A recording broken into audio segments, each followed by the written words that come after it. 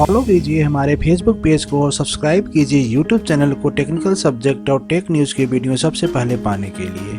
नमस्कार दोस्तों, आपका हमारे ऑनलाइन लेक्चर सीरीज में एक बार फिर से बहुत बहुत स्वागत है। आज हम कंपाइलर डिजाइन लेक्चर सीरीज में इंटरमीडिएट कोड जनरेशन में मोर अबाउट ट्रांसलेशन में देखेंगे case statement and procedure call के बारे में कि कोई भी स्टेटमेंट आपका, कोई भी प्रोग्राम या प्रोग्राम सेगमेंट आपका अगर केस स्टेटमेंट में दिया हुआ है तो उसको हम कैसे 3 एड्रेस कोड में कन्वर्ट करेंगे, और प्रोसीजर कॉल कोई फंक्शन फॉर्म में दिया हुआ आपका प्रोग्राम तो उसको हम कैसे 3 एड्रेस कोड में कन्वर्ट करेंगे, उसको आज के लेक्चर में हम देखते हैं। तो सबसे पहले देखते हैं केस स्टेटमेंट। कोई भी आपका केस स्टेटमेंट हो किसी भी लैंग्वेज में, इन जनरल अगर हम सी लैंग्वेज की बात करें तो कुछ इस तरीके से ही आपका केस स्टेटमेंट होता है, जहाँ पे स्विच, यहाँ पे कोई चॉइस होगा आपका और हर चॉइस पे केस बने होंगे, केस 1 2 अप टू डिफॉल्ट तक होंगे। यहाँ पे मैंने 2 केस ले रखा है। हर केस में कुछ ना कुछ स्टेटमेंट होंगे और हर केस के साथ ब्रेक स्टेटमेंट है, जो कि आपको अगर केस 1 एग्जीक्यूट करता है तो ब्रेक पे आएगा। ब्रेक सिंपली क्या करता है, उसको आउट ऑफ स्विच के बॉडी से बाहर जंप करता है। तो इसका हम देखते हैं 3 एड्रेस कोड कैसे बनता है। तो जो 3 एड्रेस कोड इसका बनेगा, जो स्विच केस होता है इसका अगर हम देखें 3 एड्रेस कोड के फॉर्म लिखने का, तो वहां पे स्विच के केस में हम केवल स्विच से या कोई ऐसा कीवर्ड नहीं था वहां पे कि 3 एड्रेस फॉर्म में हम लिख पाए। वहां पे एक आपके पास स्टेटमेंट था इफ कंडीशन के साथ। अगर इफ कंडीशन का कोई स्टेटमेंट बन जाए तो उसको हम 3 एड्रेस के फॉर्म में लिख सकते हैं। तो अगर इसी स्विच स्टेटमेंट को देखें तो इसको हम इफ के फॉर्म में कैसे लिख सकते हैं, पहले स्टेटमेंट नंबर लिख लेते हैं हम 3 एड्रेस के 1 2 3 4 5 6 7 8 9। कुछ स्टेटमेंट नंबर हमने लिख लिया है यहाँ पे 3 एड्रेस कोड के। पहले कोड में पहले लाइन में हम क्या लिखेंगे, स्विच चॉइस दिया हुआ है तो यहाँ पे लिखेंगे इफ ch है यहाँ पे ch equal to ch choice कौन कौन सा है, केस 1 केस 2, तो दोनों के लिए लेंगे हम इक्वल टू 1 अगर है then go to some statement. अभी स्टेटमेंट यहां पे हम नोट डाउन करेंगे। सेकंड दूसरा चॉइस क्या है, इफ ch इक्वल टू 2, क्योंकि दूसरे केस के लिए यहां पे ले रहा है। ऐसे जितने भी केस होंगे यहां पे सबके लिए मुझे ऐसे चॉइस बनाना पड़ेगा इफ एल्स के केस में। तो if ch equal to 2 go to, यहाँ पे हम अभी गो टू लाइन नंबर लिखेंगे, किस लाइन नंबर पे मुझे जंप करना है। तो अब इसको पहले के देखें, अगर ch इक्वल टू 1 होता है तो गो टू हम 3 ले सकते हैं, क्योंकि यहाँ पे 3 अभी ब्लैंक है आपका। तो यहाँ पे अगर हम 3 ले लें तो 3 पे आते ही केस 1 पे आ जाएगा।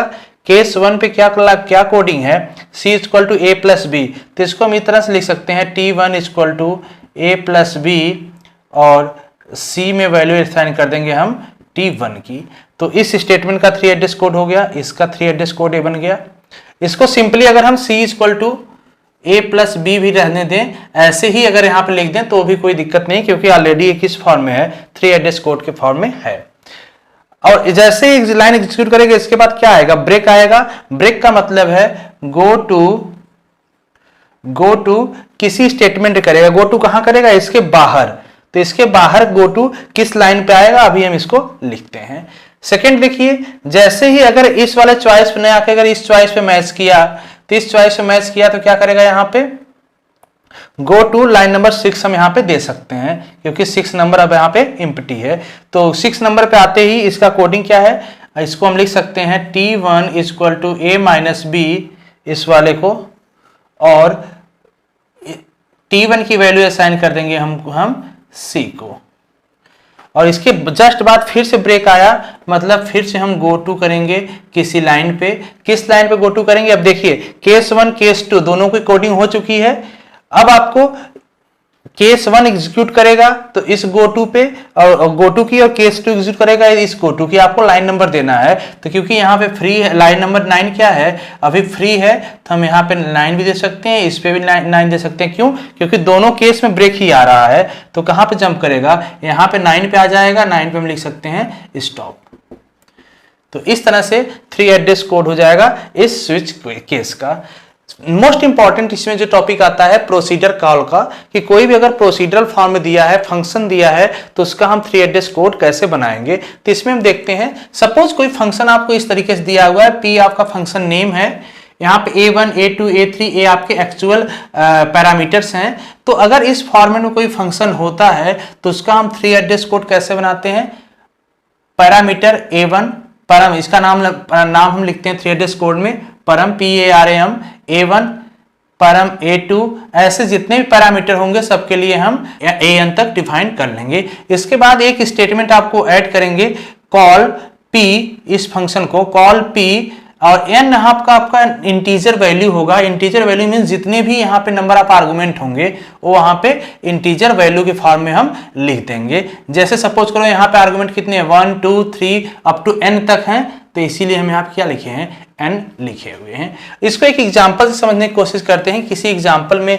जो फंक्शन आपका पैरामीटर प्रोसीजर आता है उसको हम कैसे कन्वर्ट करते हैं। जैसे यहाँ पे हम एग्जांपल देखें तो सिंपल एक स्वैपिंग का प्रोग्राम है जो आप सी लैंग्वेज में देखे भी होंगे।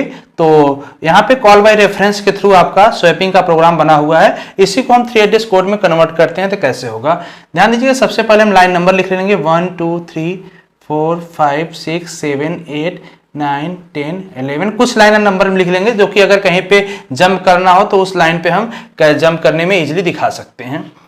सबसे पहला लाइन आ रहा है वाइड मेन, ये भी आपका क्या है, एक तरह से फंक्शन है। तो अब यहाँ इस फंक्शन में कोई पैरामीटर है, यहाँ पे कोई पैरामीटर नहीं है, तो केवल एक ही लाइन एग्जीक्यूट करेंगे, क्या, कॉल मेन। अगर यहाँ पे कोई पैरामीटर होता तो हम पैरामीटर यहाँ पे पहले पैरामीटर डिफाइन करते फिर इस फॉर्मेट में कॉल करते, लेकिन यहाँ पे जब पैरामीटर नहीं थे n यहाँ पे लिखने की जरूरत, n की वैल्यू कोई नहीं होगी। जैसे ही पैरामीटर कॉल किया, अब देखिए यहाँ पे जो C का कोड है इस मेन का, इस मेन के कोड में वेरिएबल डिक्लेरेशन है। इसके बाद हो सकता है आपका प्रिंट अप स्कैन अप, जो भी कोड हो प्रोग्राम का वो हो सकता है, मैं वहां पे स्किप कर रहा हूं। मेन फंक्शन पे आ रहे हैं, जो आपका प्रोसीजर है यहाँ पे swap address of x address of y ये दे रखा है। तो इस फंक्शन में देखिए आपका एक्चुअल पैरामीटर कौन कौन से हैं, जो पैरामीटर हैं, पैरामीटर कौन कौन से, x होगा तो हम इसको डिफाइन करेंगे परम x परम एड्रेस ऑफ y, दो पैरामीटर थे, दोनों को मैंने डिफाइन कर लिया। इसके बाद क्या करेंगे, इस फॉर्मेट देखिए, इसके बाद हम कॉल करेंगे, कॉल किस फंक्शन को, स्वैप, और यहां पे n की वैल्यू क्या हो जाएगी, number of parameter, number of parameter कितने हैं 2, तो यहां पर जाएगा 2। जैसे ही कॉल किया इस फंक्शन को कॉल आ गया, इस फंक्शन डिफिनीशन में आएगा। फंक्शन डिफिनीशन में क्या है आपका, ये आपका इनिशियल डिक्लेरेशन लाइन है, तो इसका 3 एड्रेस कोड हम नहीं नोट करते हैं। यहां आप देखिए जो मेन लाइन है आपका, इसका कौन कौन सा है, i equal to pointer b, क्योंकि यहां पे दो पॉइंटर बना रखा था, ए पॉइंटर का और बी, दो पॉइंटर बना रखा था, उसी की वैल्यू यहां पे ले रहा है। आई में पॉइंटर बी की वैल्यू असाइन कर लिया, एंड बी पे आपका एड्रेस ऑफ ए हो सकता है, एंड ए के पास आपकी वैल्यू आ जाएगी आई की। तो आप देखेंगे कि ये सारे तीनों जो फॉर्मेट है, मैंने इसको बताया था 3 एड्रेस के कोड में, इस फॉर्मेट में हम लिख सकते हैं। तो उसी फॉर्मेट में है आपका, ये लाइन एग्जीक्यूट कर जाएगी। इसके बाद आपका, इसके बाद कोई भी लाइन नहीं है तो यहीं पे क्या कर जाएगा, स्टॉप कर जाएगा।